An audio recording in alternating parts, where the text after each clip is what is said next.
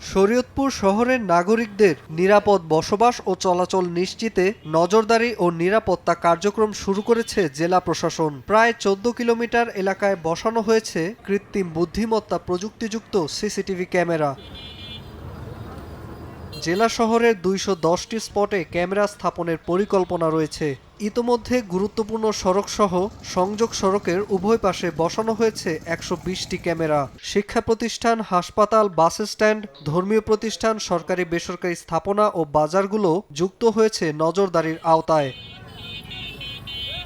বিদ্যুৎ ও সোলার সংযোগে পরিচালিত এসব ক্যামেরা দ্রুতগতির ইন্টারনেটের মাধ্যমে সরাসরি তথ্য পাঠাবে কন্ট্রোল রুমে। দুর্ঘটনা, যানজট, অগ্নিকাণ্ড, বিস্ফোরণ, সন্দেহজনক চলাফেরা বা অপরাধমূলক কর্মকাণ্ড শনাক্ত করলেই স্বয়ংক্রিয় সংকেত যাবে প্রশাসনের কাছে।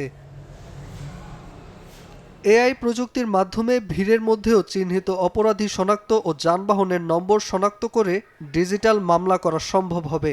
এমনকি শব্দ ও কণ্ঠ বিশ্লেষণ এবং চলাফেরার ধরনও পর্যবেক্ষণ করবে এই প্রযুক্তি। স্কুলের বিভিন্ন পয়েন্টগুলোতে ইভটিজিংয়ের প্রবলেম ঘটে, কিশোর গ্যাংয়ের উৎপাত থাকে, মাদক যে সেবনকারী যারা থাকে বা মাদকের ব্যবসার সঙ্গে যারা জড়িত তারাও বিভিন্ন সময়ে বিভিন্ন রকম স্পটগুলোকে ইউজ করে। তো ওই সমস্ত চিন্তা থেকে কিন্তু ভেবেছি যে আসলে প্রথম যদি আমরা রাস্তাগুলোকে নিরাপদ করি বা বিভিন্ন স্পটগুলোকে আমরা যদি সিসি ক্যামেরার আওতায় নিয়ে আসতে পারি, তাহলে আমরা সেটা পরবর্তী পর্যায়ে আরও বিস্তৃতি ঘটাতে পারবো। জেলা প্রশাসনের কন্ট্রোল রুম থেকে পুরো শহর পর্যবেক্ষণ করা হবে। আইন শৃঙ্খলা রক্ষায় জেলা পুলিশও যুক্ত থাকবে এই ব্যবস্থায়। সময় সংবাদ, শরীয়তপুর।